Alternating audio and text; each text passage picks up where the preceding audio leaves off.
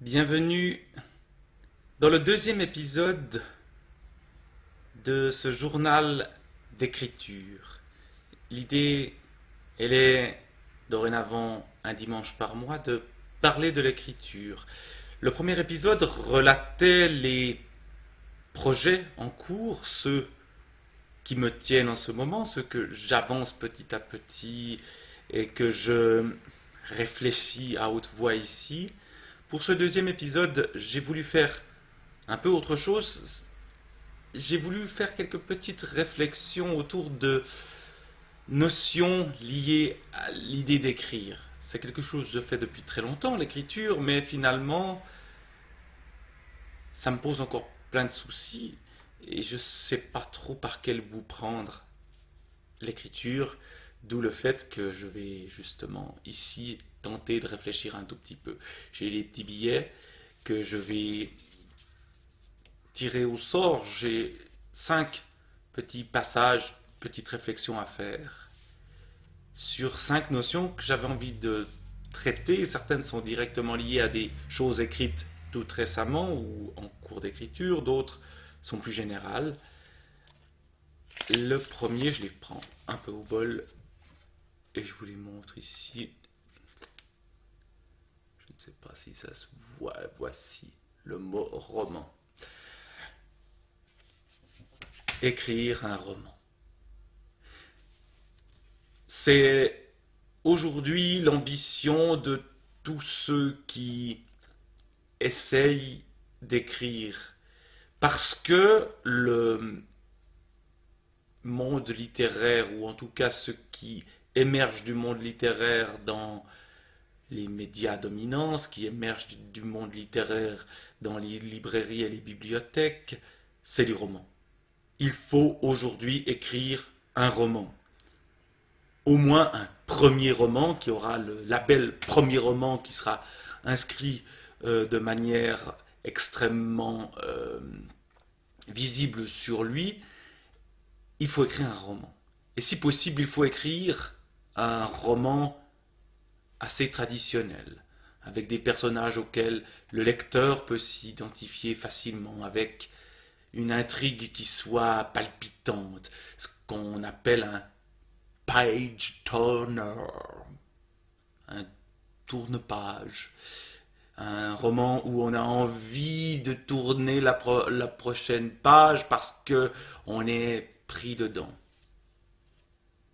Ces romans, ces page turners ou ces romans qui sont basés sur une intrigue palpitante ou sur quelque chose d'extrêmement bien construit, qu'on aurait par exemple dans le roman policier, évidemment, en tant que lecteur, j'y suis aussi sensible. C'est-à-dire que je lis ce genre de romans. Pas uniquement, mais je les lis avec beaucoup d'intérêt. Et donc, la tentation, c'est évidemment de me dire, c'est ceci qui a du succès, donc je vais aller écrire la même chose. J'ai essayé. Et j'ai trouvé ça très difficile.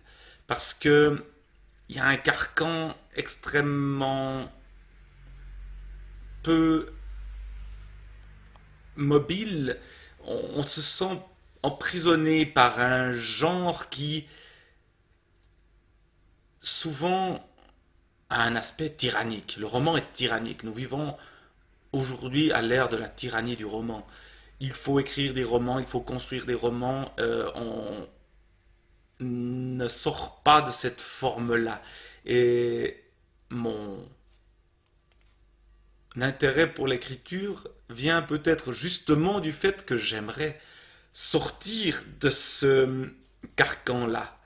Et c'est difficile, c'est très difficile. Comment écrire quelque chose qui reste de la prose narrative sans être du roman? Comment faire en sorte que ça reste lisible, que ça ne soit pas une sorte de patchwork insensé qui part dans tous les sens? Ça, c'est quelque chose qui reste à trouver dans l'écriture. Euh, j'ai essayé d'écrire un roman policier. Le problème, c'est que je me suis fait happer par l'écriture. C'est-à-dire que mon roman policier, à un moment donné, j'ouvrais tellement de pistes que pour les refermer à la fin, ça devenait boiteux. Vous savez, le fameux Deus ex machina qui descend à la fin de certaines pièces de théâtre, la fin des pièces de théâtre de Molière, où on se dit mais qu'est-ce qui se passe là, ça n'est pas logique, parce qu'il faut bien finir et que tout soit bien, qu'il finisse bien et qu'il y ait une cohérence. Et la cohérence, évidemment, elle doit être pensée dès le départ. Or, l'écriture, chez moi en tout cas, elle mine la cohérence. Et donc, évidemment, le roman policier, il est frustrant à ce niveau-là. C'est-à-dire que quand on l'écrit, on aurait envie de sortir du roman policier. Mais ce n'est pas ce que veulent les lecteurs. Ce n'est pas ce que je veux en tant que lecteur de roman policier. Donc il y a ici un problème. D'où le fait que j'ai abandonné ce roman policier. Peut-être que je le reprendrai pour en faire quelque chose d'autre, pour le miner encore plus de l'intérieur, comme je suis en train de le faire pour ce texte que j'ai appelé L'homme à la valise, qui n'est pas à proprement parler un roman policier, mais qui en a des ingrédients, et que je suis en train de revoir de fond en comble, euh, sans trop savoir si la première version est la bonne, je l'ai gardée dans un coin, ou si la nouvelle version sera une version plus forte. Ça, c'est un travail en cours, je ne sais pas ce que ça peut donner. Mais donc, on tourne autour du roman. Alors, le roman, on peut le prendre dans sa définition la plus basique. Fiction narrative de faits concrets. Et tourner autour d'une notion souple du roman, c'est ce que j'essaye de faire. Mais les codes sont tellement ancrés qu'il est difficile d'en sortir, qu'il est difficile de ne pas faire ce qu'on attend que vous fassiez. Et évidemment, l'intérêt de l'écriture, il est précisément dans le fait de ne pas faire ce que l'on attend de vous. Je vais passer à un deuxième thème lié profondément au précédent, le lecteur. Est-ce que quand on écrit, on doit se soucier du lecteur? Évidemment, oui. Étant donné qu'on est soi-même lecteur, c'est derrière moi toute une bibliothèque remplie de livres que j'ai lus, je dois me soucier du lecteur, je dois me dire qu'est-ce qui moi me plairait en tant que lecteur. Mais en même temps, il faut se méfier du lecteur, ou de la lectrice évidemment, puisqu'aujourd'hui il y a beaucoup plus de lectrices que de lecteurs. Il faut s'en méfier parce que la tendance qu'on aurait, c'est à trop lui donner la main, à trop faire de la pédagogie. Surtout quand, comme moi, on est prof à côté, on a tendance à vouloir clarifier les choses, à vouloir les simplifier, et ce faisant, à les aplatir, à les couper de la complexité du monde. Donc le lecteur, oui, il faut y penser, mais il faut pas avoir comme obsession est-ce que ce que j'écris sera compréhensible? Est-ce que le lecteur va entrer directement, facilement, sans le moindre souci, peinard dans mon bouquin? Parce que, au fond, déjà, trop lui tenir la main, le lecteur, moi en tant que lecteur en tout cas, quand on me tient trop la main, ça m'énerve. J'aime me perdre dans des romans auxquels je ne comprends pas grand-chose. J'aime ces moments où je ne sais pas trop ce que je lis et où je perçois par une sorte d'enquête subtile, par les rouages de mon cerveau qui se mettent en branle, je commence à percevoir éventuellement un petit quelque chose de ce qu'a voulu l'auteur. Et puis peut-être que je perçois autre chose que ce qu'il a voulu, c'est pas là l'essentiel. L'essentiel, c'est que le lecteur puisse avoir un point d'ancrage, mais ensuite, à partir de ce point d'ancrage, puisse se perdre. Il y a un plaisir de la perte, un plaisir du labyrinthe, un plaisir du moment où ça tangue où on ne sait pas si on va faire naufrage ou si au contraire le navire va, ouf, être sauvé. Donc il faut trouver cet équilibre-là quand on écrit entre respect du lecteur, profondément respect du lecteur. Euh, le lecteur, on ne doit pas le tromper, mais aussi respect de l'intelligence du lecteur. Ne pas le considérer comme quelqu'un qu'il faut trop biberonner quand on écrit pour des adultes, mais même peut-être d'ailleurs pour les enfants. Les enfants sont des lecteurs souvent extrêmement intelligents. Bref, le souci du lecteur ne doit pas être une obsession, il doit être là, mais en considérant, de manière peut-être un tout petit peu égoïste, que finalement, le lecteur à qui on doit faire plaisir d'abord, c'est soi-même. Parce que toute personne qui écrit est aussi une personne qui lit. Troisième réflexion, liée au lecteur. Au fond, la question de publier, elle est au cœur de l'écriture, elle se pose constamment, elle est semée d'embûches. Comment avoir accès au lecteur? Au fond, si je veux me foutre du lecteur, me dire, de toute façon, ça ne m'intéresse pas qu'il y ait des lecteurs. Alors là, bon bah, qu'est-ce que je fais? J'écris pour moi dans mon coin, je me fais plaisir en écrivant, et ça reste dans mon ordinateur ou dans des cahiers ou je ne sais où. Peut-être que après ma mort, des gens trouveront ça et trouveront ça extraordinaire, ou se diront, ouh là là, celui-là, il était complètement à la masse. Ok, on peut voir les choses comme ça. Mais en même temps, l'écriture est forcément, parce que c'est du langage, adressée à. Je parle tout seul, c'est ce que je suis en train de faire maintenant, ou j'écris tout seul, mais forcément, j'aimerais bien que quelqu'un m'entende, même que quelqu'un réponde, que quelqu'un soit sensible à ce que je dis, parce que ce que je dis a peut-être de l'intérêt pour d'autres. Donc l'idée de publier est essentielle. Maintenant, la question c'est comment? Comment, quoi publier? Je fais partie de ces gens qui écrivent beaucoup. Est-ce que je publie tout en vrac? Mais sous quelle forme? Le vrac n'existe pas comme forme de publication. Alors, à part peut-être ce que je fais dans le blog, c'est là pour l'instant que je publie, c'est-à-dire je publie des extraits de texte, des bouts de texte à travers ce blog qui est un blog où j'ai plusieurs catégories de textes qui sont des textes courts, et donc la forme blog évidemment va bien pour les textes courts, mais que faire des textes plus longs? Comment publier les choses plus ambitieuses que j'ai en cours? Alors peut-être la question ne se pose pas totalement maintenant parce que j'ai le sentiment qu'il n'y a rien qui est prêt à être publié. Sauf un texte, une nouvelle que j'ai écrite l'hiver passé, que j'ai proposé à une revue. J'attends une réponse pour ce texte-là.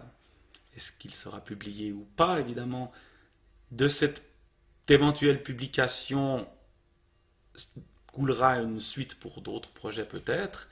Ça, c'est des questions en suspens. Il y a évidemment aussi l'auto-édition, le fait de soi-même essayer de publier ce qu'on fait et essayer de le vendre. C'est un travail euh, extrêmement difficile parce qu'il faut être soi-même, faire soi-même le métier d'éditeur. Je ne suis pas éditeur, faire soi-même la composition du texte, etc. Même si c'est faisable aujourd'hui, c'est-à-dire que ça n'est pas quelque chose qui est complètement hors de portée de la personne qui écrit. On peut publier à la demande des livres, donc le faire avec des petits tirages, ce qui fait que le risque financier n'est peut-être pas si énorme que ça, mais en même temps, ça implique un suivi extrêmement dur, extrêmement sérieux. Je ne sais pas si je suis prêt à le faire, s'il n'est pas plus confortable de laisser cette tâche-là à d'autres. Encore faut-il convaincre ces autres que ce que je fais est publiable et peut correspondre à ce que eux cherchent à publier. Bref, la question de la publication, elle est centrale.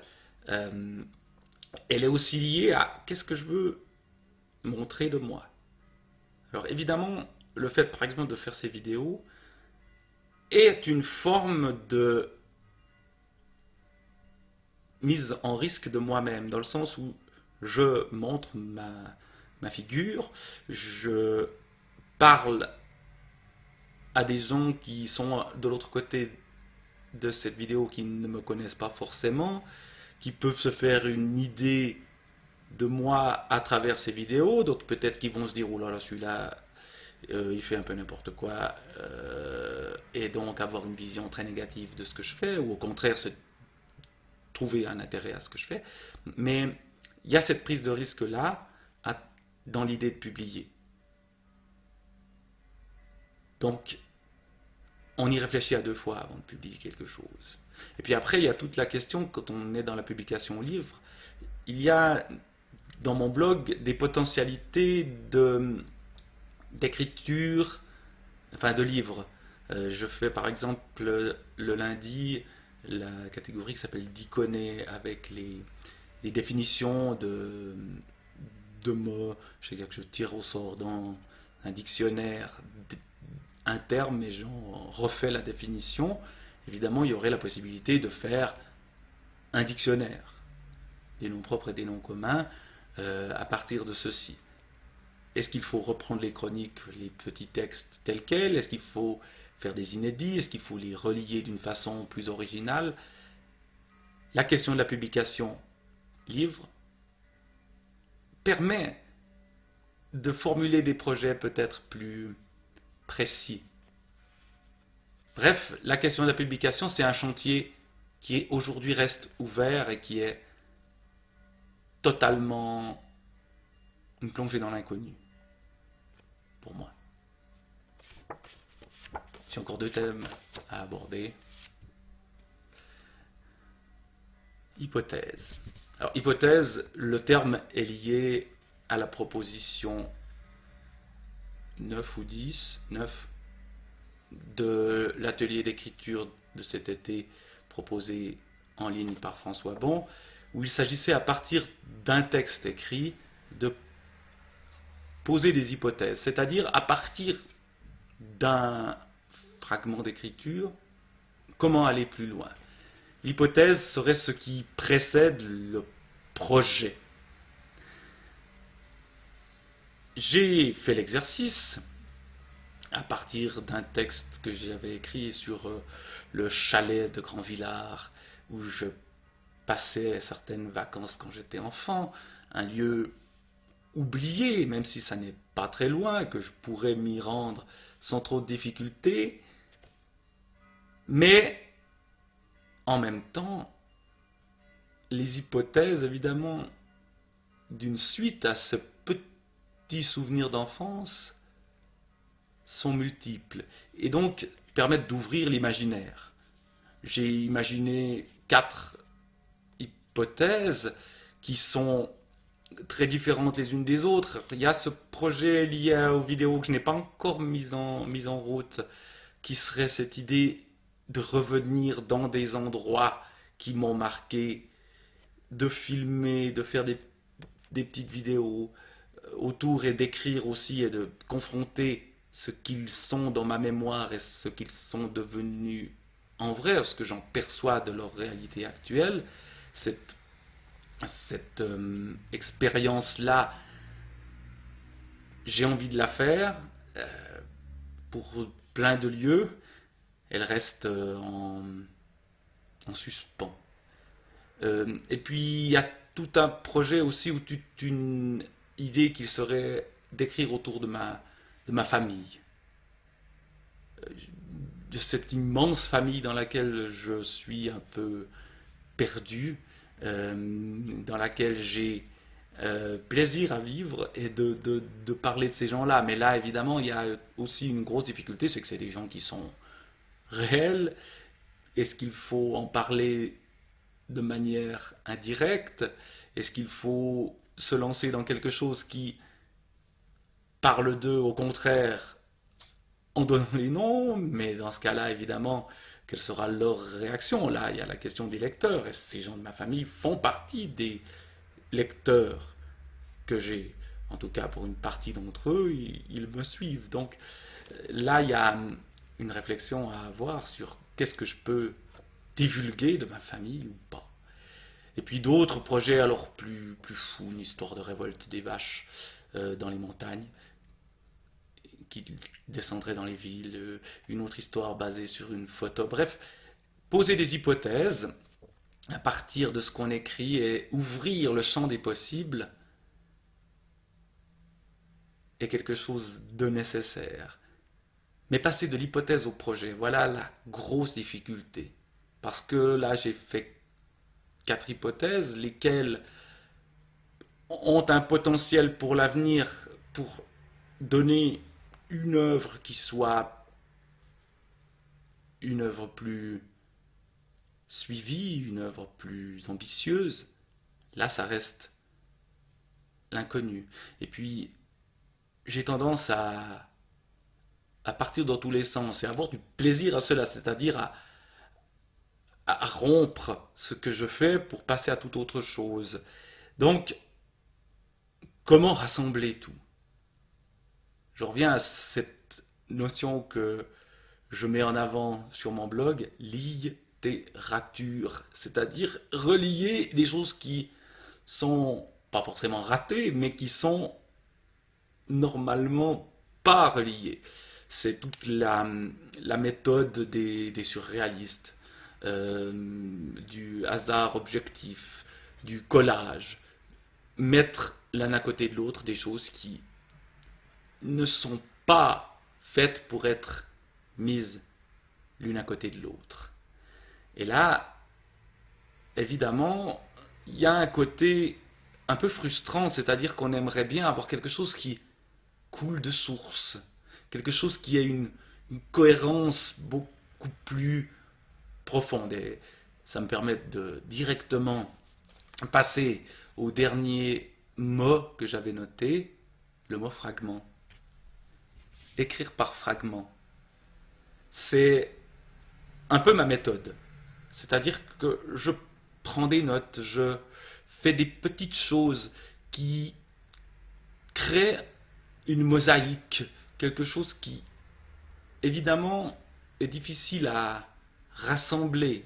Alors la forme du blog a ceci d'intéressant, c'est qu'elle les met au même niveau, un texte par jour ou une vidéo, et tout cela posé là. Et le lecteur sur le web va picorer un texte par-ci, un texte par-là, il va cliquer. Je suis en train de remettre un peu en forme mon blog de manière à ce que l'on puisse justement passer d'un texte à l'autre de manière plus simple par sauts et gambades comme l'écrivait Montaigne pour justement faciliter le picorage à l'intérieur du site. Ça existe déjà dans la catégorie d'Iconé. J'aimerais le faire. Là, je suis en vacances pendant 2 semaines. En tout cas, avancer pour que ça devienne possible aussi dans les autres pages du blog.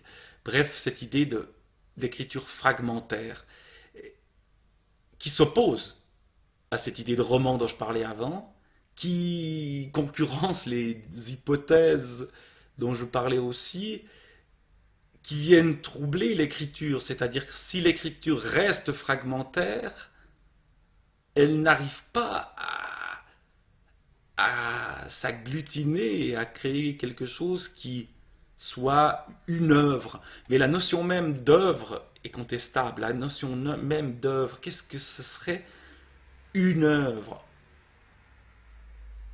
Est-ce que nous ne sommes pas nous-mêmes une succession de contradictions, une succession de fragments? Est-ce que nos vies aujourd'hui ne sont pas justement extrêmement fragmentées? Nous passons d'un monde à l'autre constamment. Et cette idée de la fluidité me semble pas correspondre à notre manière de vivre. Nous vivons dans un saucissonnement complet, dans des agendas ultra précis, où on va décider heure après heure, minute après minute ce que l'on fait, où l'on saute d'un univers à l'autre sans transition. Et donc cette expérience de vie-là ne peut pas, me semble-t-il, être décrite dans un flux. Ou alors, il faut changer de mode de vie, c'est-à-dire vivre de manière fluide. Mais est-il possible dans le monde d'aujourd'hui de vivre de manière fluide? Donc je continuerai à écrire des fragments. Je continuerai, j'en ai fait un hier soir, à publier des impromptus, des toutes petites vidéos ou des tout petits textes, des notes. Des notes qui parfois peuvent être le support pour quelque chose de plus développé, mais il me semble que passer par le fragment, au moins en tant qu'étape, mais peut-être parfois rester dans le fragment, est quelque chose de nécessaire. Voilà, je vais achever là ces réflexions autour de l'écriture, qui sont évidemment plus des questions que des réponses. Il s'agit vraiment de penser l'écriture en train de se faire, et donc d'être ici au milieu de cette aventure de l'écriture, de partager quelques impressions, de tenter de me retrouver dans cet océan du monde de l'écriture qui me happe et que je...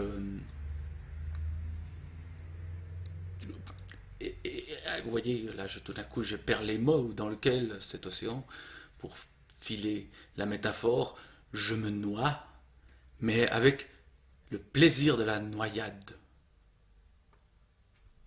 Et le plaisir parfois, au moment où l'on croit arriver au fond, de remonter à la surface.